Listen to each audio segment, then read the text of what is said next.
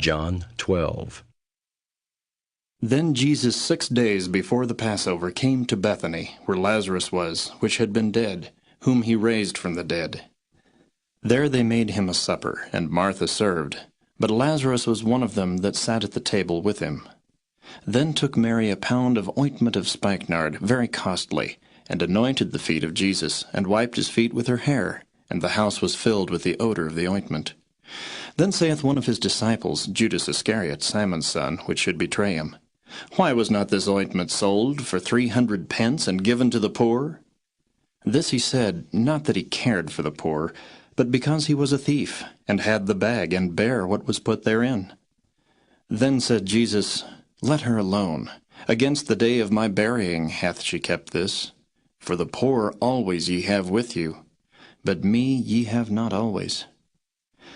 Much people of the Jews therefore knew that he was there, and they came not for Jesus' sake only, but that they might see Lazarus also, whom he had raised from the dead. But the chief priests consulted that they might put Lazarus also to death, because that by reason of him many of the Jews went away and believed on Jesus. On the next day much people that were come to the feast, when they heard that Jesus was coming to Jerusalem, took branches of palm trees, and went forth to meet him, and cried, Hosanna! Blessed is the King of Israel that cometh in the name of the Lord. And Jesus, when he had found a young ass, sat thereon, as it is written, Fear not, daughter of Zion, behold, thy King cometh, sitting on an ass's colt. These things understood not his disciples at the first. But when Jesus was glorified, then remembered they that these things were written of him, and that they had done these things unto him. The people therefore that was with him when he called Lazarus out of his grave, and raised him from the dead, bear record. For this cause the people also met him, for that they heard that he had done this miracle. The Pharisees therefore said among themselves, Perceive ye how ye prevail nothing? Behold, the world is gone after him. And there were certain Greeks among them that came up to worship at the feast. The same came therefore to Philip, which was of Bethsaida of Galilee, and desired him, saying, Sir, we would see Jesus. Philip cometh, and telleth Andrew, and again Andrew and Philip tell Jesus.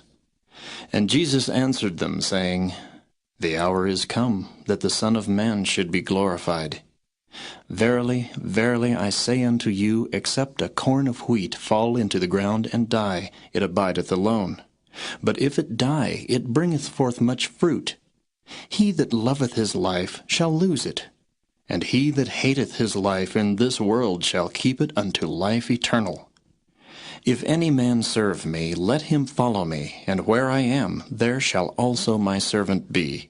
If any man serve me, him will my Father honor.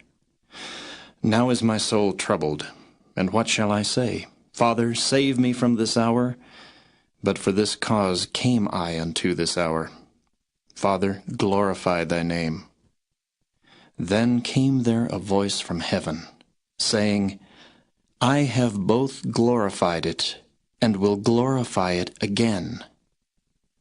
The people therefore that stood by and heard it said that it thundered. Others said, An angel spake to him. Jesus answered and said, This voice came not because of me, but for your sakes. Now is the judgment of this world. Now shall the prince of this world be cast out, and I, if I be lifted up from the earth, will draw all men unto me.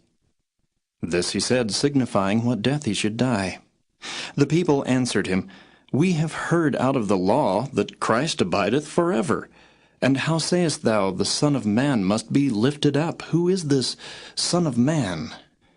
Then Jesus said unto them, Yet a little while is the light with you.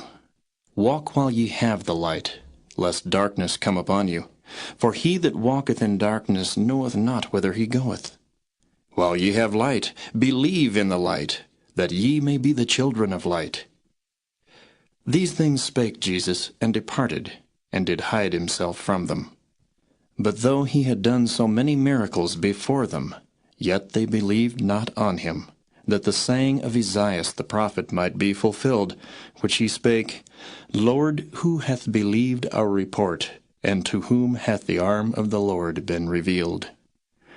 Therefore they could not believe, because that Esaias said again, He hath blinded their eyes and hardened their heart, that they should not see with their eyes, nor understand with their heart, and be converted, and I should heal them. These things said Esaias when he saw his glory, and spake of him. Nevertheless, among the chief rulers also many believed on him. But because of the Pharisees they did not confess him, lest they should be put out of the synagogue. For they loved the praise of men more than the praise of God. Jesus cried and said, He that believeth on me believeth not on me, but on him that sent me.